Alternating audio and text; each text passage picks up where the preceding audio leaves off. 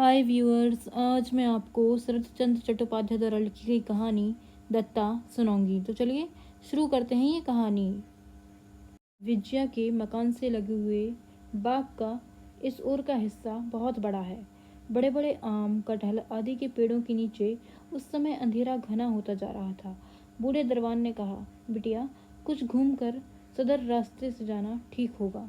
विजया की मनस्थिति इन सब बातों की ओर ध्यान देने की स्थिति में नहीं थी। केवल ना कहकर अंधेरे बाग के अंदर से ही मकान की ओर बढ़ने लगी। जिन दो बातों ने उसके मन को सबसे अधिक घेर रखा था, उनमें से एक बात यह थी कि इतनी बातचीत होने पर भी उस व्यक्ति का नाम नहीं जाना जा सका। केवल स्त्रियों के लिए किसी का नाम पूछना भद्रता या शिष्टता के विरुद्ध है। दूसरी यह है कि 2 दिन के बाद वह कहाँ चले जाएंगे।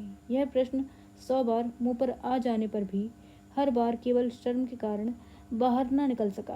उस व्यक्ति के संबंध में आरंभ से ही विजया को आकर्षित किया था कि वह जो भी हो खूब पढ़े लिखे हैं। गवई गांव में जन्म लेने पर भी एक अपरिचित भद्र महिला से निसंकोच बात करने की शिक्षा और अभ्यास है।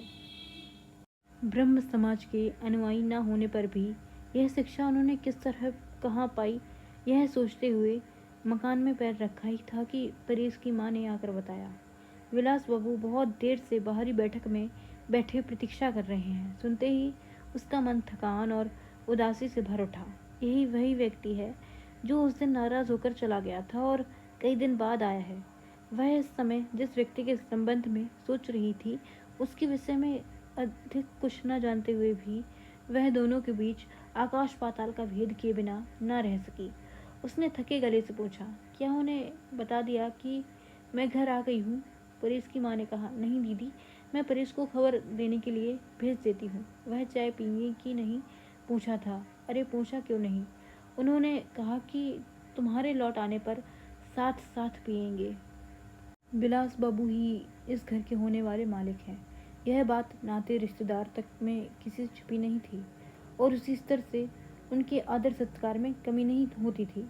विजया और कुछ कहे बिना ही ऊपर अपने कमरे में चली गई। लगभग 20 मिनट के बाद उसने नीचे आकर खुले दरवाजे के बाहर से देखा। विलास मेज पर झुका कुछ कागज पत्र देख रहा था। विजया के पैरों की आहट सुनते ही मुंह उठाकर साधारण सा नमस्कार करके एकदम गंभीर होकर बोला, तुमने सोचा होगा कि मैं नाराज़ हूँ जो इतने दिन नहीं आया। मैं नाराज़ नहीं हुआ, लेकिन अगर होता भी तो आज तुम्हारे सामने प्रमाणित कर दूंगा कि वह जरा भी अनुचित नहीं। विलास अब तक विजया को आप कहकर पुकारता था। आज अचानक तुम संबोधन का कोई कारण समझ ना पाने पर भी विजया का चेहरा देखकर यह अनुमान लगाना कठिन नहीं था कि उसे इस संबोधन से प्रसन्नता नहीं हुई। कुछ कहे बिना धीरे धीरे कमरे में आकर एक कुर्सी खींचकर बैठ गई। विलास ने उस ओर देखे बिना कहा, मैं सब कुछ ठीक ठाक करके अभी अभी कलकत्ता से आ रहा हूँ। अभी पिताजी से भी भेंट नहीं कर पाया हूँ। तुम तो मज़े से चुप बैठी रह सकती हो, लेकिन मैं तो नहीं रह सकता। मुझे अपनी जिम्मेदारी का ज्ञान है। इतना भारी काम सिर पर लेकर चुप नहीं बैठ सकता। अपने ब्रह्म मंदिर की प्रतिष्ठा इन बड़े दिनों की छुट्टियों में ही होगी। सब तय कर आया, यहाँ तक कि निमंत्रण देना तक बाकी नहीं छोड़ा। कल सुबह से अब तक मुझे कितने चक्कर काटने पड़े हैं। खैर, उस ओर से तो एक तरह से निश्चिंत हो गया। कौन कौन आएंगे यह भी कागज़ पर लिख लाया हूँ, एक बार पढ़कर देखो। यह कहकर विलास ने आत्मसंतोष की भारी सांस छोड़ते हुए कागज़ विजया की ओर बढ़ाया और कुर्सी पर बैठ गया। विजया ने आमंत्रितों के संबंध में ना तो कौतूहल व्यक्त किया, ना ही कुछ बोली, चुपचाप बैठी रही।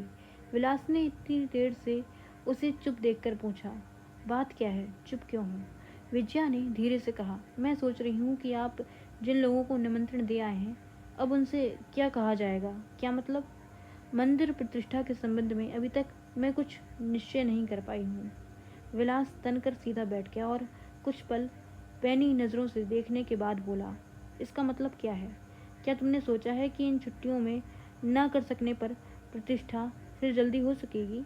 वे लोग तुम्हारी रैयत नहीं है कि जब तुम्हें सुविधा होगा आकर हाजिर हो जाएंगे। अब तक कुछ निश्चय न कर पाने का आखिर अर्थ क्या है? क्रोध से विलास की आंखें जल उठीं। विजया नीचा मुंह किए बहुत देर तक चुप बैठी रही। फिर धीरे से बोली, मैंने विचार कर लिया है, यहाँ यह सब धूमधाम करने की ज़रूरत नहीं है। विलास दोनों आंखें फाड़ कर बोला, धूमधाम करनी होगी। जो स्वभाव से ही शांत भयभीत है, उसका काम शांतिपूर्वक ही पूरा किया जाएगा। इतना ज्ञान मुझे है, तुम्हें उसकी चिंता नहीं करनी होगी। विजया ने उसी तरह नरमी से कहा, यहाँ ब्रह्म मंदिर स्थापित करने से कोई लाभ नहीं है, यह काम नहीं होगा।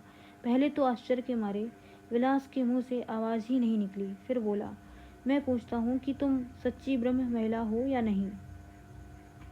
इस गहरी चोट से चौंक कर विद्या ने मुंह उठाकर देखा, लेकिन तत्काल स्वयं को संयत करके कहा, घर से शांत होकर आइए, फिर बातें होंगी, इस समय रहने दीजिए।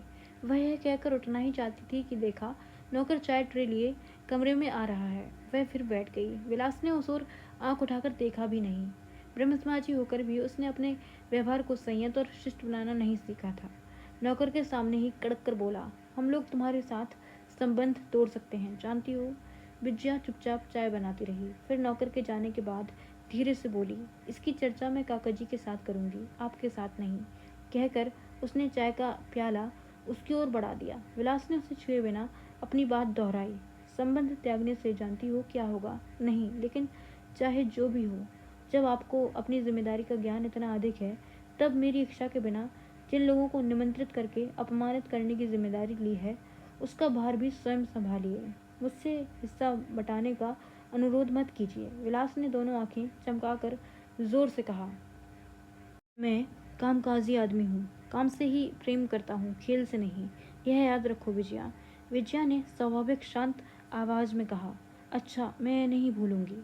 इस बात में छिपे व्यंग ने विलास को एकदम पागल कर दिया। लगभग चीख कर बोला, अच्छा, जिससे ना भूल सको मैं वही करूँगा।